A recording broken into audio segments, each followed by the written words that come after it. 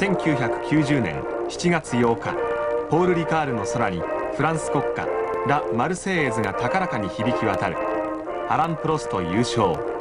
メキシコグランプリでもフェラーリはワンツーフィニッシュを飾っており、マクラーレン・ホンダは2連敗を喫した。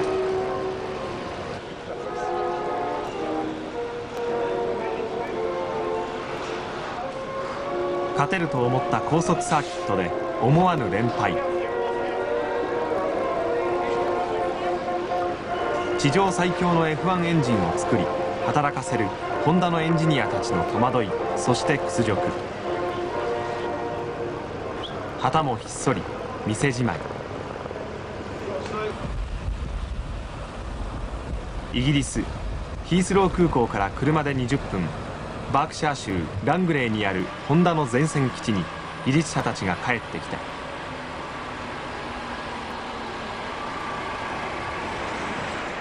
ホンダ UK ラングレーオフィスである。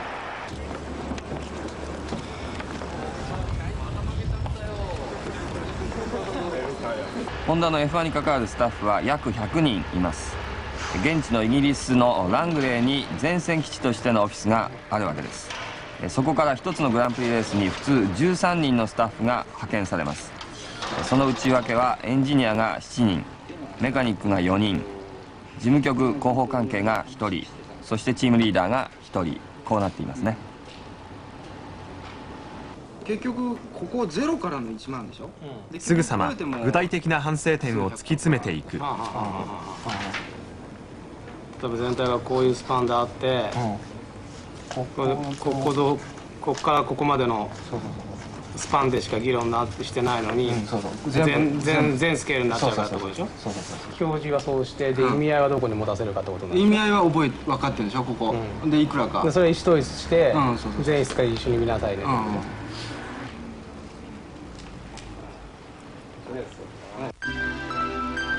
つかの間のオフ。ホンダのエンジニアたちは車で30分の距離にある中島悟の新居を訪ねていた。エンジン技術者とドライバー中島のプライベートな会話。しかし結局はレースの話になってしまう。足はいつブレーキがかかるんだろうと思うね。これエンブレっていう状態じゃないね。スロットルはうちはデータで見るんじゃ前回のままですよ。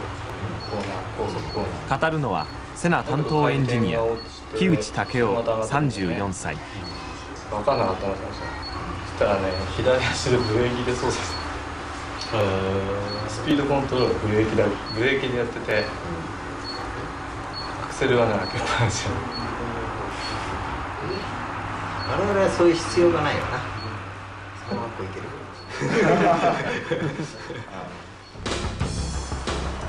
埼玉県和光市にあるホンダ技研和光研究所。ホンダ F1 エンジンはここで生まれ、ここから送られる。エンジンダイナモ室では組み上がったエンジンを始動させ、あらゆるデータを取っていく。ここはまさにホンダの心臓部だ。この場面は私もまだ見せてもらったことがないシーンなんですけれども、組み上がったエンジンのパワーチェック、体力測定を行うわけですね。ホンダはこのイギリスグランプリ用にはバージョン3というエンジンを用意しました。このエンジンは開幕戦から比べますと18馬力アップと言われておりましたから、開幕戦エンジンが660馬力とすると推定678馬力ぐらいと思われるわけですね。レスポンスが向上したこと、そして燃費が向上したこと、この2つが大きな改良のポイントだということでした。和光研究所で得られたデータはイギリスのラングレーオフィスに送られる。オンラインで結ばれたコンピュータが設計図を打ち出す。このように昼夜をたがわず情報のキャッチボールが行われているのだ。完成したイギリスグランプリ用エンジンをマクラーレンのスタッフが受け取りに来た。ラングレーからマクラーレンまでは車で一走り。マクラーレンインターナショナル F1 レースを世界のトップビジネスにまでのし上げた敏腕ロンデニス率いる最強チームの城。居並ぶ歴代マシン、5回のコンストラクターズチャンピオン獲得の誇り。工場内は整然としている。塵一つ落ちていない。プログラム通りにきちんと組み上げられていくマシン。正確な仕事。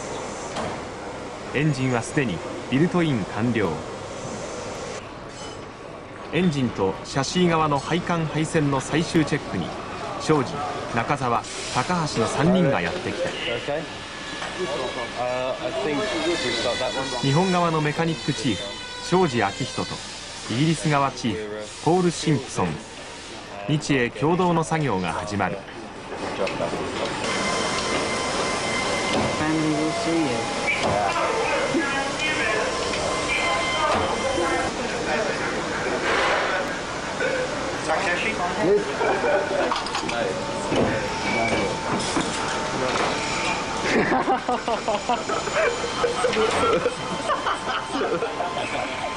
しばらく日本へ帰れない高橋のためにマクラーレンメカがいたずらをする。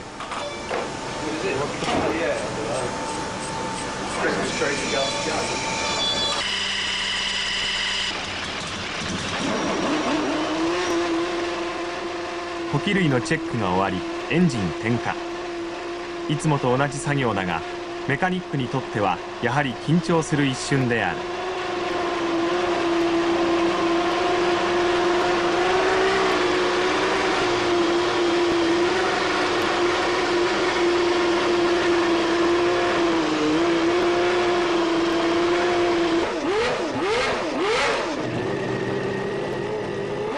庄司明人38歳、グランプリチーム在籍8年、現地組では最長のキャリアを誇る。88年はもう先行したらこのままいけると、もうずっと確信持てたぐらい結果良かったですからね。ずっと見てても楽しかったですね、レースはね。今年は先行を始めてくれていけるかなと思ったらいろいろ他のチームがと差がないというような状況で、なんかしくったら終わりというような感じで、ハラハラドキドキ感がその88年の時に比べて随分多いですね。その夜は久々にホンダのイギリス駐在員の家に集まり、みんなで料理を作ることになった。各々が自慢料理を披露する。メインディッシュはちょっと焦げついたとんかつ。必勝キスで乾杯。それだけ赤い。いや、俺も高橋さん結構エンジンカするの。本当？必勝パンツ？そうだよ。なんか岡田さんが書いてる。パンツで必勝って書いてるわけじゃないよ。ゲームいや昔買った時に履いてたパンツを洗わないで履く。匂い嗅いで高橋さんは運が逃げないように洗わないよ。運がちょっとチャーライしてさ。アイロンかけて。米で次のレースに使う。そう、やっぱそれで勝ってきたんだよ今まで。そうだよ。でも何連敗だっけ？何連敗。シルバーストーンサーキット。1950年。ワールドチャンピオンシップが始まり、歴史的な第一戦を記した伝統の地。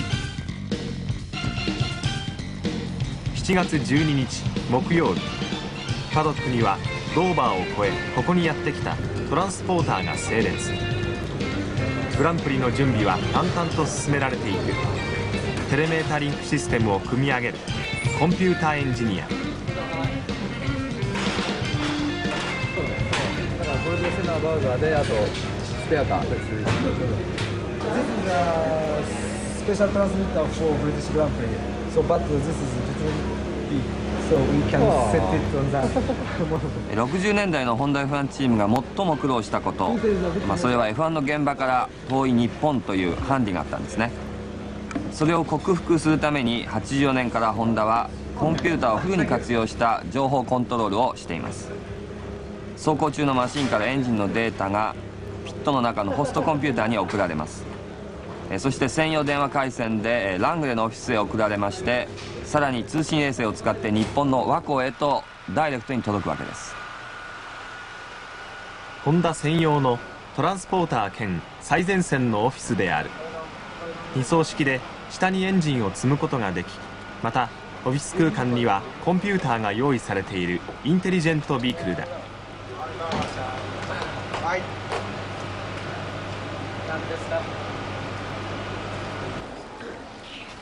F1 の車検はフィザの技術委員によって木曜日に行われます。いろいろな規定があるわけですけれども、例えば最低重量は 505kg 以上、そして空力性能のポイント、リアウィングは高さが 1000mm 以下、幅は 1000mm 以内、このように決められているわけです。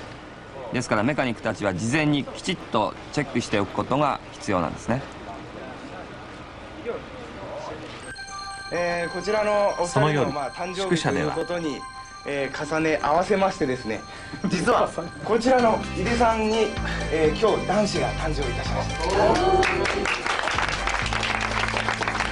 あと実は忘れてて申し訳なかったんですが、あちらの青木さん忘れてた昨日ですか、誕生日。明日です。明日の誕生日、13日の金曜日が誕生日よし、今度はワンツーいくぞ。ツーワンか。ベルガーセナ久しぶりにですね、今もうスキッとした歌詞からしましょうね。じゃあ乾杯。乾杯。誕生日おめでとう。あ、どうも。いや、これうまいっすよ、本当。田辺さんの誕生日ケーキだ。イギリスのケーキって味がするから幸せです。どうも。7月13日金曜朝、ホンダのスタッフがマイクロバスでシルバーストーンに入ってきた。グランプリチームといえども車両通行証はたった2枚しかない。チーム首脳、ドライバーもマイクロバスで到着。Have you had a good run?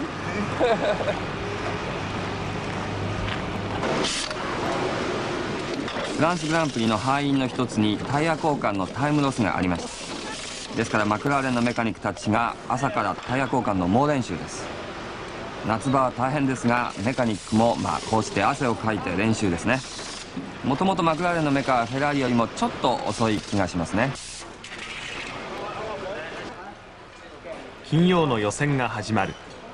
ベルガーと担当エンジニア田辺豊春、打ち合わせにも熱がこもる。バージョン3、新しいピストンを装填したハイパーバージョンのエンジンがうなりを上げる。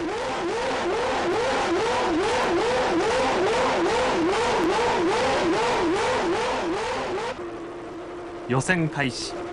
旧タイヤ、当然燃料は少なめ。コースに出るセナ。モニターにはコース図が現れ、何速で回っているのかがわかる。ホンダのメカニックたちはテレメトリーに釘付けになる。アクセル回路、回転数、速度、水温などが立ちどころにグラフとなって現れてくる。これこそホンダが現代 F1 に持ち込んだ革命であり、チーム内で情報を共有化する画期的システム。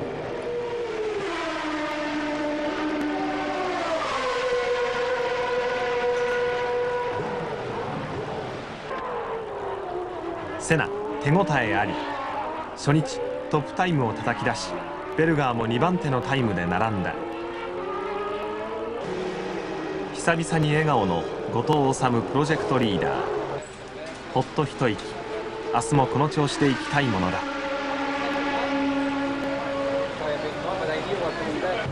もしエンジンの中で漏れてたら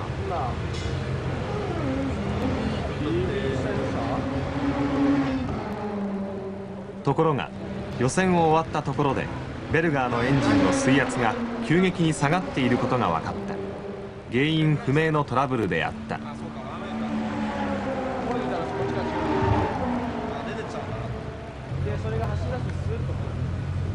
同じことがセナのエンジンに起こり得る。徹夜も辞さない覚悟で原因を究明し始めるホンダメカニック。全員がエンジンに取り付く。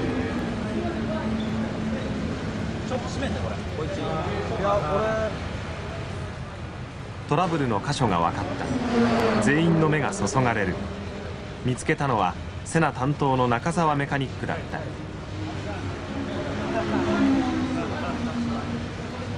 ほっと一息。接続部の小さなパーツがおかしい。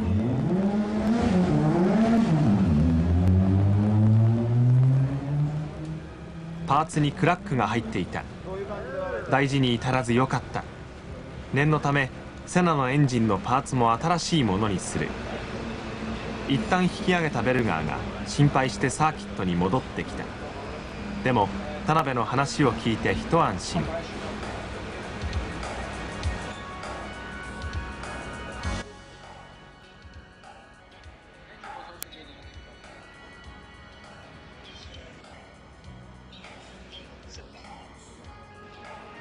明日もよろしくね。